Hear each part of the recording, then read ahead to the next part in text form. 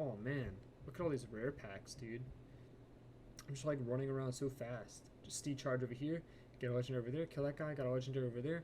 We go over here, gonna kill this goblin, and oh man, we get even more legendaries. Wow, this crap is so fast. What's up, guys? Fear Tactics here with another guide. In this guide, we're gonna be going over the Crusader again, but we're gonna be going over a T10 speed farm build. It's similar to the Greater Rift build that I released, but I changed a few items and spells around to make it more efficient and smooth for T10 clearing. Nothing really changes except for a couple items, like I said, and playstyle is a little bit similar as well. We're only changing pretty much a weapon. If you want to change it, you don't have to. It's not completely necessary, but definitely speeds up the rift clearing because you have almost 100% uptime on Accurate's Champion, Beacon of Hope, Sea Charge, and Bombardment. But I'll go over what items and other stuff in the next part of the video. But you can be pretty brain dead with this build. You know, you just run around like you can see here. I'm decharging over there, drop a thing over here, sea charge over here, sea charge over there. Not really doing anything. So you can just put up a TV show, play some Hearthstone or something, or even watch my other videos on your other monitor. Whatever passes the time, right? Now what makes this build so fast is that we're using In-goem as our weapon of choice, along with a bunch of CDR stacking to make it where we have almost 100% uptime on Accurates and Steed Charge, like I said. As you can see, the playstyle is pretty simple. You know, you just run it, like I said, Steed Charge and Bombardment, and then a lot of the white mobs you can just one-shot with Steed Charge. And having In-goem or even Swift Mount will give you 100% uptime on Steed Charge. You never have to stop running around. To me, it's really fun. I don't know, I kind of like it better than the Flashfire Wizard just because after a while my hands start cramping up with the Flashfire build because I have to hit so many buttons, which is what wizards have had to me before, or what's happened to me before when I played CM Wizard back in Vanilla. If you guys don't remember CM Wizard, I guess it wouldn't be like Vanilla, but in the MP powers and stuff. I want to say it's just as efficient as Fire Wizard. It can be a little it can be a little behind or a little ahead, depending. You know, a lot of things coming to change in density and so on and so forth. But to me, I think it clears faster because my toughness is higher, my base toughness is higher. I can run more damage abilities, and so on and so forth. Because your toughness is so high, you don't have to use cheat deaths, you don't have to use indestructible or profit on accurates, which is pretty nice to me. I don't really like using accurate the profit on accurates. I just like using the other runes and stuff. You just use profit because you have to for the most part because you're pretty squishy on greater rifts. I think that's about it for going over the playstyle and what's going on in the T10 farming stuff. So now we're going to go over it, and I'm going to tell you about the gear and the abilities for this build. See you next part. What's up, guys? Now we're going to go over the spells and gearing for this T10 farming guide. We're going to start off with the spells. Just like before, like I mentioned in the other video, that you can go with Consecrate Bed of Nails instead of Shield Glare. And that's actually what we're going to be going with for the T10 build, because we just drop a Bed of Nails and or basically kill a huge pack of zombies or another pack of white mobs. Bed of Nails, the consecrated ground, it becomes covered in nails. Enemies that walk into the area take 100% of your thorns damage every second. It does a lot of damage for T10. You know, basically one-shots all the white mobs, like I said. And of course, Bombardment, Barrel of Spikes. In place of the burning spheres, barrels of spikes are hurled. Damage of each barrel is increased by 200% of your thorns. Pretty good damage, because we're going thorns for this build, obviously. Just like in the other builds, Steed Charge, Spike Barding. You can go with Nightmare or Endurance if you want. You don't really have to because you're using In-goem, so you have like 100% uptime on all out of your stuff. But Spike Barding, the Warhorse deals 500% of your thorns every second to enemies through which you ride. It one-shots basically every white mob except for like big mobs like Unburied and the Golgoroks or whatever, and the Malords. Iron Skin Reflective Skin, while active, your thorns is increased by 300%, as well as giving you the base 50% absorption of all incoming damage for 4 seconds. We're going to be using Laws of Hope not Beacon of Hope, Laws of Hope.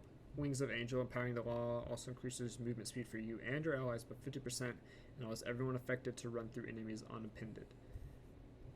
Which is also makes, you don't have to use the lesser boots that I have right here. You could use something else like Ice Climbers or Firewalkers. Firewalkers are actually probably the best for T10 farming because, I think they do a lot of damage to the white mobs and rare packs as well.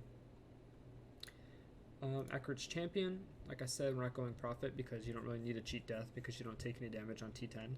So I'm going to go with Accurate's Champion Rally. Using Accurate's Champion reduces the remaining cooldown of your other abilities by 12 seconds, which makes you have basically 100% uptime on every ability, which is pretty overpowered. Then we're going to be using Fervor. If you need the CDR, if you don't need the CDR, then I don't know what else you would go because you don't take any damage. I guess just go with Fervor because you get the cooldown reduction, and cooldown reduction is not bad, or is your best stat. Iron Maidens, you need that. Your Thorns is increased by 50%. Lord of the Commander is a must. Cooldown of Sea Charge is reduced by 25% and Bombardment by 35%. And Long Arm of the Law, we're not using Indestructible because, like I said, we don't take any damage. So you can actually proc that 35% increased damage from it because you don't take damage to proc it. So we go with the Long Arm of the Law, so you have basically 100% uptime on Laws of Hope. I'm going to go over the gearing for this build. Like I mentioned before, In-goem is your main weapon. This is probably the worst rolled In-goem you can get for this build. You don't use percent damage, and you don't want damage on your weapon because you're not using a weapon to attack. You're using your bombardments and your thorns. So you'd want CDR and area damage as your main stats, and then you can go with whatever else you want. And obviously thorns, if you can get thorns. But In-goem is our weapon. Your skill cooldowns are reduced by 8 to 10 seconds for 15 seconds after killing an elite pack. Obviously you want max, so you could have even more, but what I got is what I got. Illusory Boots, you can use these. Ice Climbers or Firewalkers, they're all pretty good. You don't really need Ice Climbers because Accurate's Champion makes you unhindered. You don't get hit by frozen stuff. But Firewalkers are best in slot because of you get more damage out of it. But you'd want Strength, Vit, All Resist, Movement Speed, and Thorns damage. Hexing Pants, best in slot. You want Strength, Vit, All Resist, Thorns. Belt of the Trove is a must. Need this. Strength, Vit, All Resist, Life %, Thorns damage, and then you'd want 6 seconds, 6 to 8. That's what you can roll, but you want 6. Aquila Cuirass. This is the same as the other build. You can either use this or Heart of Iron, but whichever one you're not wearing, put the other one in the cube. But then you'd want Strength, Vit, Bombardment, and Thorns damage. Loric's Crown is a must. Strength, Vit, All Resist, Thorns damage.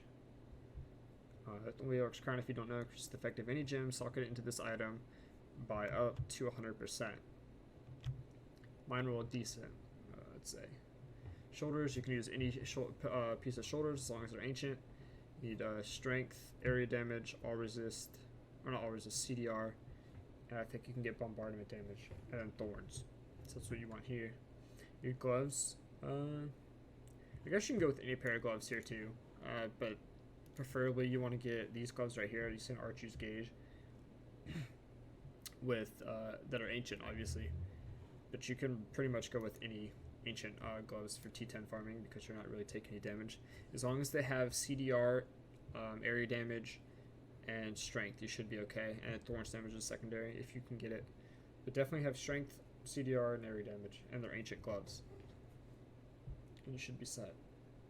Hellfire Amulet, physical damage, CDR, strength, and then a useful passive, as well as Thorns damage in your secondary.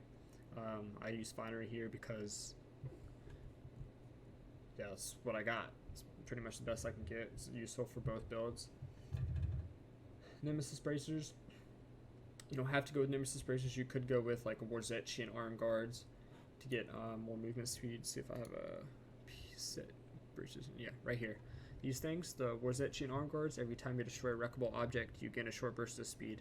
And I'm pretty sure whenever you go over something with your steed charge, you're going to be doing damage to it, so you're going to get that movement, that short burst of speed.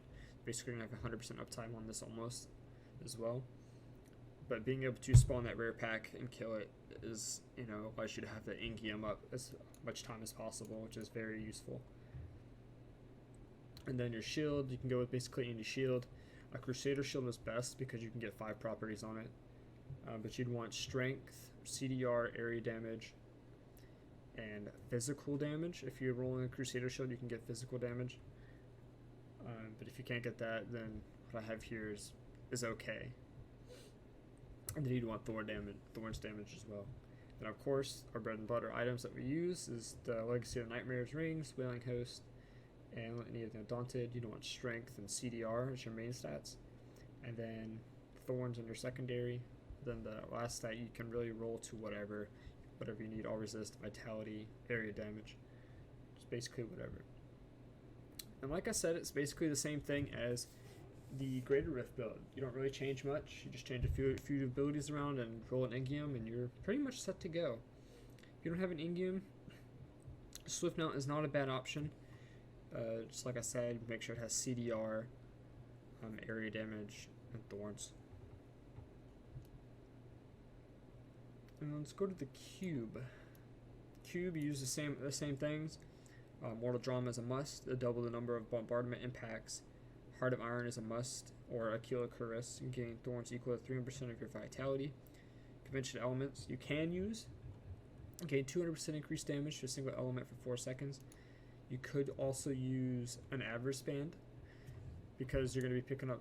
Because if you use Boon of the Hoarder, I'd advise using Avarice Band, because you're going to be able to pick stuff up from a far radius, so you're going to constantly have that movement speed buff from the Boon of the Hoarder. Each time you pick up gold, increase your gold and health pickup radius by 1 yard for 10 seconds, second for 30 times. And you could go with other things if you need to, but I think those would be the best. Convention elements or Avarice Band. Just if you go with Boon of the Hoarder, go with the Avarice Band, I'd guess, and then if you don't, go with convention elements for more damage. And then the legendary gems, the Boyarsky's Chip is a must. Add percentage of thorns, and taunt the first enemy hit by your primary skill for 2 seconds. Bane of the Trap is a must. Secondary procs your primary. It's a damage multiplier. It automatically gives you a percentage of damage. And then the third gem is debatable. You could use Bane of the Powerful. You get that extra elite damage and the extra base damage because you're constantly killing elite packs, so you're constantly going to have the damage increase. But if you don't, then you can use the Boon of the Hoarder, like I said before.